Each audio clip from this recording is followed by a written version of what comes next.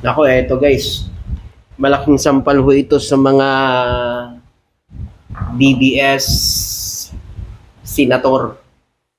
Itong sinasabi ho ni Senador Ping Lacson. Mga kababayan, so kayo, ano pong masasabi niyo dito? 'Di ba? Totoo naman, hindi po trabaho ng mga senador, no, ang i-dismiss ang isang impeachment case hanggat hindi pa ho nila napapakinggan itong mga ebidensya na hawak ng Kongreso laban ho kay Vice President. 'Di ba? Kasi kung yan ho ay malinis na ginawa nila o ginastos ng confidential fund, hindi sana napapaliwanag na ho yan doon pa lang sa Kongreso nung naiimbestigahan, hindi sana. Di sana hindi na umabot sa impeachment, di ba? O ngayon, umabot sa impeachment, di dapat yung ating mga senador, di ba? Ipakita nila sa taong bayan na sila ay nagsiservisyo sa taong bayan. Di ba? O ito, Ping Lacson sa senator. Di natin trabaho mag-dismiss ng impeachment case. Di ba? Hindi nyo ho trabaho yan. Mga senador dyan. O, dahil nasampal kayo ng katotohanan ni Senador Ping Lacson. Di ba? Hindi naman talaga nila trabaho. Iwan ko na lang, bakit ganoon? Hindi pa nila napapakinggan, di-dismiss na kaagad. Ang lupit naman. Ito ho, our job is to listen to their argument, add counter arguments, and make a ruling.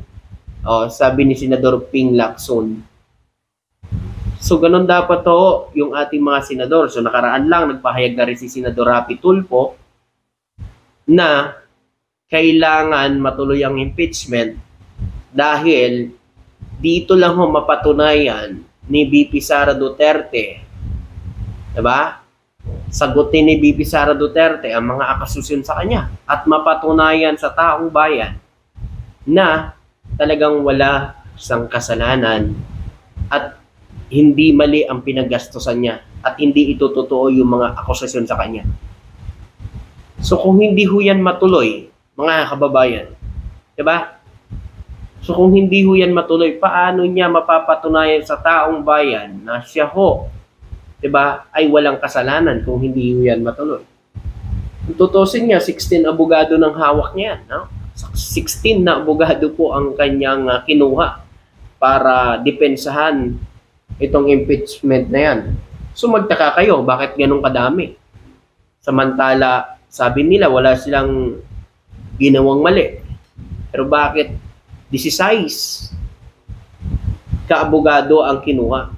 Hindi pa basta-basta ng mga abogado, mga kababayan. Diba? Totoo po, mga kababayan. Malaking sampal ho yan kay Senador Bato sa mga senador dyan na gusto nang i-dismiss itong impeachment, hindi pa nga napapakinggan. Diba? Yan pa. Hindi ako boboto doon sa motion to dismiss. Diba? Kasi mga kababayan, hindi nyo ho, sa mga senador natin, paano ho nila mapapakinggan ang mga ebidensya ko na hawak ng kamera? Diba? Kung hindi ho nila itutuloy itong impeachment. Diba? Paano ho nila mapapakinggan yon yung mga hawak na ebidensya kung ngayon pa lang i-dismiss na nila at hindi nila pakikinggan itong hawak na mga ebidensya ng kamera. So ayaw ba nalalagan nilang matuloy para malaman ng taong bayan at marinig itong mga hawak na ebidensya ng kamera? Kaya ito ba ipinipigilan nila na hindi madinig at maumpisan itong impeachment trial? Diba? Parang ganun, no, mga kababayan, So ito ho, mga kababayan, pakinggan nyo itong sabi po ni Congressman Joel Chua. Tinatago. Ano naman po yung dahilan? Bakit po hinaharang?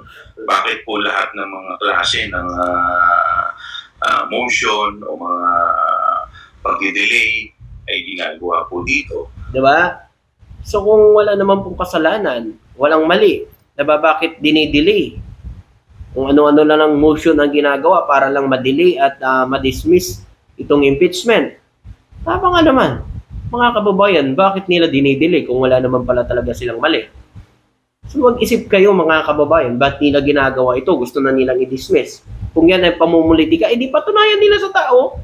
Di ba? Itong pagkakataon nila para mapatunayan sa tao na mali. At lalo silang lalakas sa taong bayan pag napatunayan nila wala silang ginawang mali. Di ba? Kasi kung yan ay pamumulitika ho mga kababayan, hindi mas lalo silang babango sa tao kasi napatunayan nilang wala silang kasalanan. 'Di ba? Kung yan ay sinasabi nilang pamumulitika, mas lalo silang makikilala ng tao. Ibig sabihin, mas lalo magbibilib po ang tao sa kanila kasi hindi ho nila ginastos sa maling gastusin itong binibigay sa kanila ng confidential fund. 'Di ba? So yan mga kababayan. So bakit takot na takot sila? Una-una pa lang sabi bloodbath. Ngayon, gusto i-dismiss? Diba? Tuloy natin. So, sa atin naman po, bigyan lamang po kami ng pagkakataon na may presenta ang mga ebidensya, may latag. So, kami naman po, tatanggapin naman po namin kung ano po magiging handle nila. O, di ba? So, dapat lang, no? Pakinggan naman nila ang mga hawak na ebidensya ng Kamara, ng mga senador. So kung ano naman ang desisyon, galing mo mismo kay Congressman Joel Chua, kung ano man maging desisyon nila, respetuhin naman. Diba? Basta nadinig ho nila at nadinig ng sambayan ng Pilipino ang hawak na ebidensya ng Kamara. Kasi, mga kababayan, ang agam-agam, diba, yung mga isip ng tao, siyempre, mas lalong tatatak sa isip ng mga tao yan. Bakit ganito yung batas sa ating sa bansa? Kapag kamayaman ka, may paglilitis, may tamang proseso. Kapag mahirap ka, nagnakaw ka ng mangga, kulong ka. So, mga kababayan, kung talagang itong walang kasalanan, ito po ang isa sa mga dapat nating talagang ipanawagan sa lahat nating mga kababayan. Kung talagang wala silang kasalanan dito, walang maliho dito sa ginawa nila sa confidential fund, dapat lang na hindi sila matakot na harapin ito. 'Di ba? Harapin nila ito at patunayan nila sa sambayan ng Pilipino na mali ang mga akusasyon laban sa kanila. 'Di ba? O dito naman tayo. Ngayon, mga kababayan, dito ho sa kahapon ho kasi nandun ho ang Pangulo natin sa MRT para mag-launch ng 50% discount sa PWD at sa ating mga senior citizen. So ngayon mga kababayan, ito pong 48 Dalian train sa MRT magagamit na matapos matingga ng 10 taon ayon kay Pangulong Marcos. So ibig sabihin itong 48 na train na ito na galing sa China, natingga ho ito ng 10 taon. So, ibig sabihin, panahon pa ng administrasyon ni Pinoy, binili nung panahon ni Pinoy, pagdating kay Pangulong Duterte, pinabayaan. Diba? Pinabayaan itong mga nabiling tren galing China. At ngayon, sa panahon ni PBBM, pinagana ito para hindi ho masayang ang pera na ginastos natin sa pagbili dyan. Diba? Official lang magagamit ng mga publiko sa unang pagkakataon ang mga Dalian trains sa MRT3 matapos matingga ng 10 taon. Ang 48 Dalian trains ay binili pa noong 2014 mula sa China. Matagal itong na-embargo dahil sa compatibility issue. Ang bawat Dalian train ay kayang magsakay ng hanggang 1,200 na pasahero at inaasahan na makatulong maibsan ang siksikan sa MRT3 at mabigyan ng mas komportableng biyahe ang mga commuters. Narinig nyo? Ibig sabihin dito sa panahon ng ating Pangulo, mga kababayan, siya lang inabandon na ata ito ng mga past admin.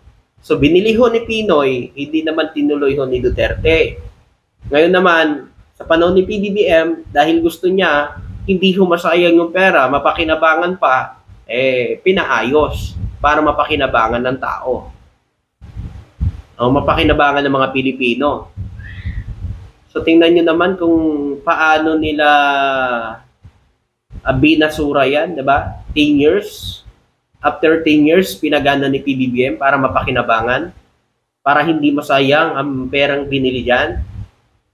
Shout out na lang talaga, no? O anong mga didiles? Di ba?